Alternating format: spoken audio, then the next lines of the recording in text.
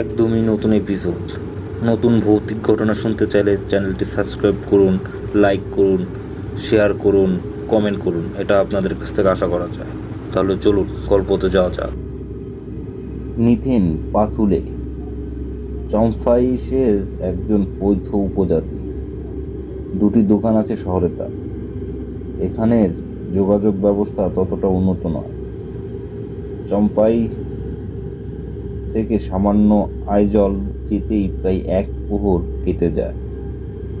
নিজগ্রাম জেথাওয়াল থেকে চম্পাই পৌঁছাতেও তাকে বেশ বেগ পোহাতে হয়।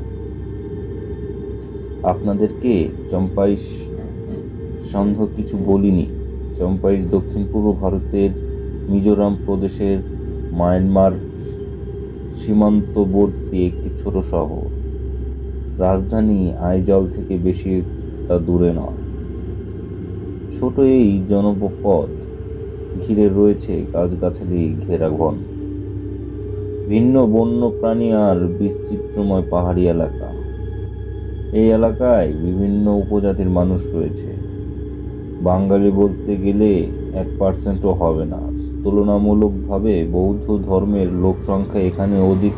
আরও আছে খ্রিস্টান আর কিছু সংখ্যক মুসলিম। মিজোরামের অন্যান্য শহরগুলো যেমন লুংলোয়ে, কোলাসিব, মামিত্তো, আইজল, সাইয়া ইত্যাদি শহরগুলোর মতো চম্ফাইশ একদমই জনবহুল নয়। এখানের অধিকাংশই মানুষ বনজ সম্পদ আর জুম চাষের উপর নির্ভরশীল। স্বল্প সংখ্যক মানুষ আছে যারা অন্যান্য উপায়েও জীবিকা নির্বাহ করে থাকে। লুইস আর বৈধ উপজাতির লোক সর্বাধিক এই অঞ্চলে। নিজ ব্যবসা পরিচালনা করতে নিতেই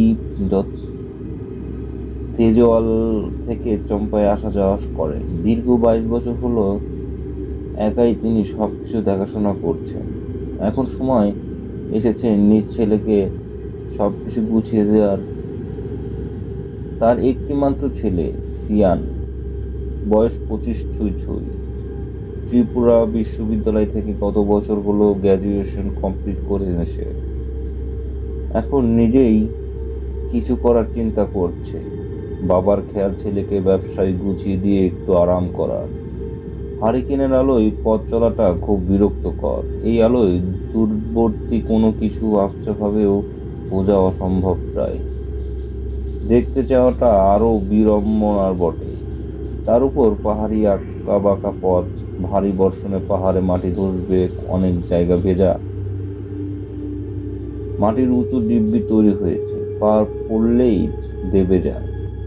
মাটিগুলো এক প্রকার এমন আঠালো যে পা একবারে পড়লে তুলে আনতে বেশ বেগ পোহাতে হয়। এক হাতের সাইকেল আর এক হাতে হারিকেন ধরে বাজারের দিকে এগিয়ে যাচ্ছেন সিয়ান। ওকে চম্পাইশ যেতে হবে। ওর পিসি এসেছেন লুংলেই থেকে।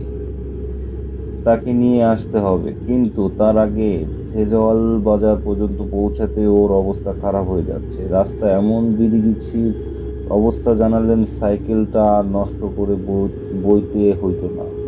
অর্ধেক পথ এসে আবার পিছন ফিরে যাওয়াটা সম্পূর্ণটা বোকামি। থেজওয়ালা থেকে গাড়ি যেতে হবে চম্পাই।